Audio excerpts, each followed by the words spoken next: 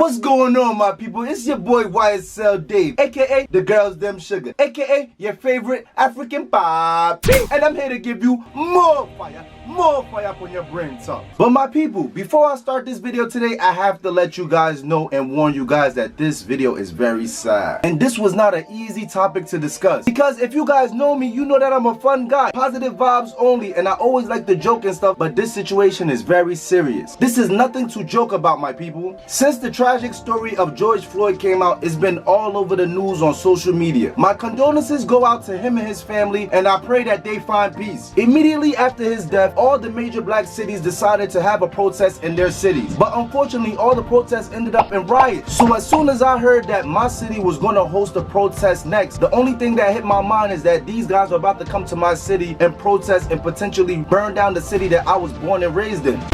And that didn't sit well with me, my people, because those of you who know me, you know that I love my city, and I feel like it's black power or nothing, or it's black lives or nothing. But my people, my city is everything to me, and I feel like burning it down would not solve nothing. So that explains the post that I posted on Instagram that made a lot of people uncomfortable. Because of my frustrations, at first I started at posting stuff like this: please, you guys, if you decide to protest, you have every right, but let's make it peaceful. I didn't get no feedback. People act like they didn't see it. But then when I started to say that I'm willing to die for my mother's dream and her story and stuff like that, people start to bombard my emails and my DMs talking about, oh, that type of energy is not good, because if you have that energy, what if people come there and try to match your energy? It's not about me being ignorant or being forceful on people, but we have to understand, if something is going on in the rest of the country, that would motivate our people to do the same, because they feel like it's right and it's for the people. So if that's the energy that they want to come in, by any means necessary, Malcolm X, gotta protect mine, you heard? I don't care how you guys look at me. I don't think it's right to destroy something that not only my mother built, but every other black person that's her neighbors that are thriving to make it in this community. Like, it don't make sense at all. For those of you who don't know, both of my parents are immigrants. They started from living at a studio to owning houses and multiple businesses in this city. I'm prepared to do life in jail for my mother's dream before I allow somebody that look just like me come and take that away from her. I'm not telling you guys that I don't believe in the cause and the black right movement. I do, but before we act, we need to think, my people. I just feel like we can be heard and get our message across in a more peaceful way, my people. And the thing that got me the most mad and upset is that we were about to let outsiders gas us up to burn down our own city, my people. How much sense does it make to burn down your city and then 5 months later go apply to work for these people that's helping you burn down your city? We got to think about, how do all of these problems start? And my people, all of it start from the media. The media is the reason of all of our problems, but we're too blind to see, because we keep looking at places like Shade Room, Baller Alert for information that's going to help our people, but they're not posting nothing that's going to help us, my people. They keep promoting violence and drama, because why? It keeps us entertained. Unfortunately, all we want is to be entertained, my people. Shout out to Killer Mike from Atlanta, because he tackled these issues when he got on TV. I want you guys to hear what he had to say about CNN.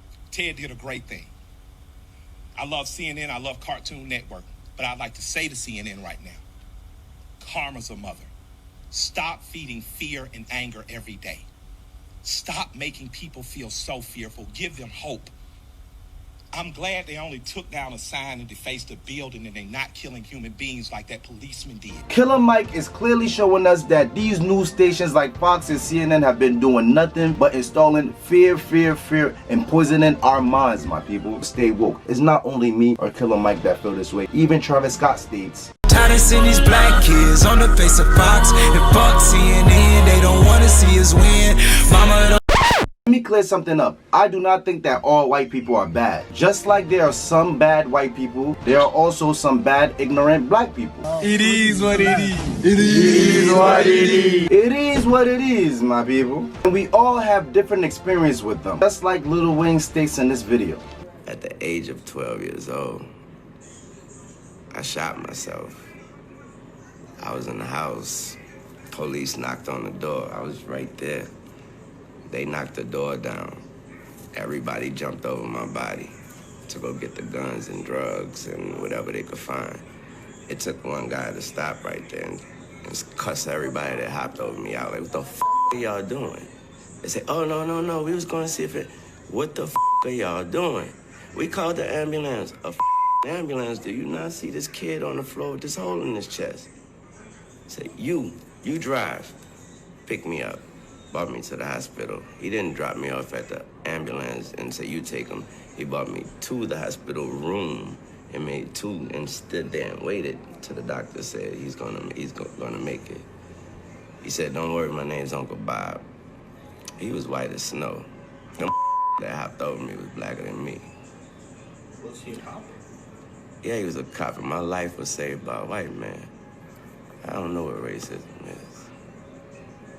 I know a good name Uncle Bob, though. But my people, don't get me wrong. We all know that all black people don't go through the same issues. And because of that, we can't expect those people to go as hard as we do in these type of situations. He said something in the interview that really caught my ears. He said, how can I get on the internet and tell you guys that I'm pro-black, but when the cameras are off, I'm not living by it? In other words, what he is saying, posting a post that Black Lives Matter is not enough. You have to live by these rules in order to make a change. Check out this interview. So you have a unique perspective. What do you think about what's going on right now with this cop on Big George stepping on his neck and all that? I think when we see these situations, I think we also have to understand that we have to get very specific. We have to get so specific, and what I mean by that, we have to stop viewing it with such a broad view. Meaning, we have to stop placing the blame on the whole force and everybody of such a certain race, everybody with a badge. And we have to get into who that person is, and if we want to place the blame on anybody, it should be ourselves for not doing more than what we think we're doing. We're leaving it at the reason why people always ask me, like, why you don't say this, why you don't do that, is because what else am I gonna do after that? Some people put a tweet out and they think they did something. Some people wear a shirt, they think they did something. What you gonna do after that? Did you actually help the person? Did you actually help the family? Did you actually go out there and do something? So if I ain't about to do all that, then I ain't about to do nothing. I pray for you. You say the follow through is more important than wearing the shirt or talking about it. Is actually learning about it. What we need to do is we need to learn about it more. If we want to scream about something, know what we're screaming about. We want to protest about something, know what we're protesting about. Because if we want to get into it, it's a bunch of facts that we think we know that we don't know. So if we want to get into it, first know what we're talking about before we talk about it. Because we scream about things that sometimes they isn't even true. Notice how Lil Wayne said we need to critique and pay attention to something before we act emotional about it. Like the situation with Ahmaud Arbery. Immediately when I seen that footage, I knew that something was wrong, because in every aspect of the video that they first released, it shows that Ahmaud Arbery was wrong. Although he did die, but if they took that video to court, Ahmaud Arbery would have lost. So me being the rational person that I am, I looked at the video and told myself that is more to it. You guys had to provoke him for him to charge you guys like he did. So as black people, when we see these images that CNN put out, we should never believe the first thing that we see. Let's try to look at it, analyze it, and know why the situation happened. And that will be a start to not having a riot. And that will also be a start to not doing none of the foolish things that we've been doing. Back to my city, Newark, New Jersey. The reason why I was so furious the day of the protest is because I'll be damned if I let anybody tear down my family dreams. The dreams that I was supposed to pass down to my nieces, my nephew, and my own kids. In other cities, other black people are losing their businesses. And the reason why is because other black kids are coming in there from different neighborhoods, breaking down the stuff that we sweat for, and I wasn't allowing it. Protesting is one thing, but destroying our dreams is another. I'm about to show you clips of other people from other states who are suffering because their black brothers and sisters decided to tear down their dreams. Today, we found Corboy Bala, who invested his life savings into opening this sports bar, cleaning up. While our camera was there, looters came back to try to steal his safe. Right, trying to steal the safe. I don't know what we're gonna do. We're gonna work so hard to get here. So hard.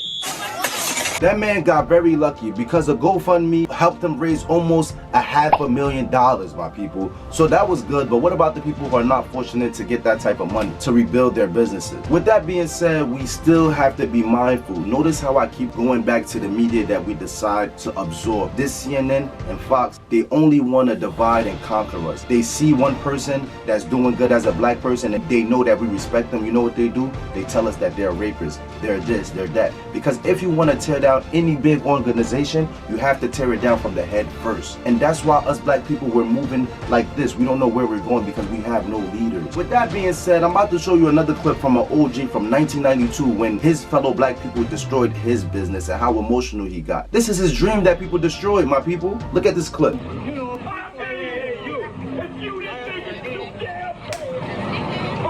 Destroy my stuff.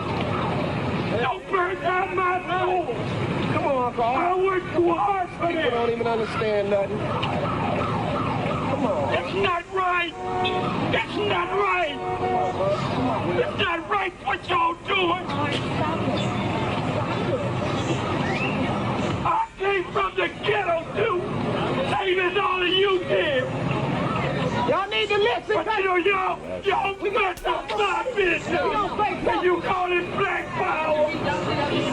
You mad at the white man. Why destroy my business? Why destroy my truck? Why steal my computer? I'm trying to make it. Could you understand that? Can't y'all see it? I'm trying to make it. Alright, after seeing that video, it's kind of hard for me to believe that these Black Lives Matters protesters really care about black people. How are you black people and you destroying your other black brothers? But let's be honest, besides all of these people that are dying, what about the people that are dying in Chicago? It's like 5 to 10 people who are dying every day or week in Chicago. We're not out there doing protests for them, but the reason why we're doing protests is because CNN look at the worst of the worst and promote it for us to control our feelings and control what we do. Why do you think they're not holding any protesters in any white neighborhood or any big cities where white people are? All the protesters are in the heart of the black neighborhoods. Because once we get too emotional in them areas, what do? Go over and destroy our brothers' businesses. We need to stop, my people. Let's start thinking about things before we act. When we see an image, please dissect it. Start thinking like white people. How can I use this video and go to court and beat this case? Speaking about a person that don't care about our cause but is using our emotion against us, is somebody called Michael Moore. Michael Moore is worth $50 million and has 9 properties, but had the audacity to give black people in Minnesota the order to attack their neighborhoods and burn it down. That don't make no sense, my people. He doesn't give back to the community that he's given the order to. He doesn't own any property in that community, and we still have the audacity to listen to him and move on his word. Malcolm X had words for these type of people. Malcolm X tried to warn us at least 40 years ago about people like this. And let me show you this clip. There are many whites who are trying to solve the problem, but you never see them going under the label of liberals. That white person that you see calling himself a liberal is the most dangerous thing in the entire Western Hemisphere. He's the most deceitful. He's like a fox. And a fox is always more dangerous in the forest than the wolf. You can see the wolf coming. You know what he's up to. But the fox will fool you. He comes at you with his mouth shaped in such a way that even though you see his teeth, you think he's smiling and you take him for a friend. And that is one of the reasons why I respect Malcolm X so much, my people. Because what he was just now telling us is that there's a lot of people in our society that we look up to, but they're not for us. They only come with smiles. Not only Michael Moore, but think about all the black people who are not saying nothing on our issues right now. Like, I love Meek Mill, don't get me wrong. I am a Meek Mill feel to the core. But he posted a picture that if I wasn't educated and I didn't look at stuff the way I look at stuff, I would have thought that he was encouraging black people to go burn down their city. I understand that Meek Mill is upset with the criminal justice system in Philadelphia due to the fact that they put him on probation for a long time. But I don't think that gives him the right to encourage kids to burn down the same Philadelphia that he made it out of. If Philadelphia burns down, how can them other kids make it out? My people, be careful of all these people that don't live in the hood, but they want to help you protest and loot. Everything is fun and games until it hit home. Even in Minneapolis, some of the white people's houses got burned down, and you should see the way they are reacting. And when it happens to us, they expect us to lift our chin up and tell us that we're doing it for the right cause. Let me show you a clip of a white woman crying because her new apartment got burned out because of this protesting. In this apartment building right here, where they're currently putting the water in, I got a call from my landlord this morning that the place was on fire last night. Me and my neighbors went and stayed at a hotel, and I came down here as soon as he called, and I got a hold of him. And it just is like really heartbreaking. I just moved in here like a week and a half ago, and I just got everything set up, and I was really excited to live in the city and be around everyone. And now it's all gone. With that being said, Becky, don't cry. That's a perfect example of somebody that is encouraging us to burn down our cities, but then when the pain hit home, is a different story. You start to cry, and then you start to talk to the news. But do you think anybody else cares? The same way the news people took time out of the day to bring her situation to light, they would never do that for none of you black people. If your friend is white, Indian, or anything like that, and they decide that they want to help you with your protest or for your cause, don't do what Malcolm X said. I'm a good person in spite of what my ancestors did. I wanted to ask you, what can a white person like myself, who isn't prejudiced, what can I do to help you and further your cause? Nothing.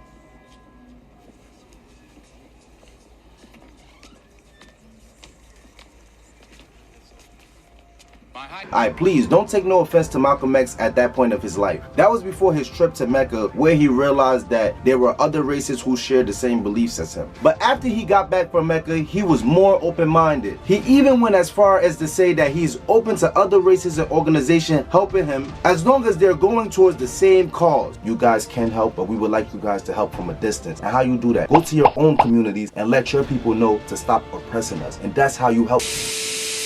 You know it's always hard to say goodbye, my people, but I have to go. And for anybody that felt offense, I'm sorry. I don't want you guys to feel no type of way. This is an issue that touched home, so I had to speak on it, you feel me? But with that being said, I want you guys to subscribe, press the like button, do that little bell thing, and tell a friend to tell a friend that YSL Dave Show is back, my people. And you guys know the slogan. I'm at the top right now. My haters keep calling, but I keep declining. Gang, gang, gang.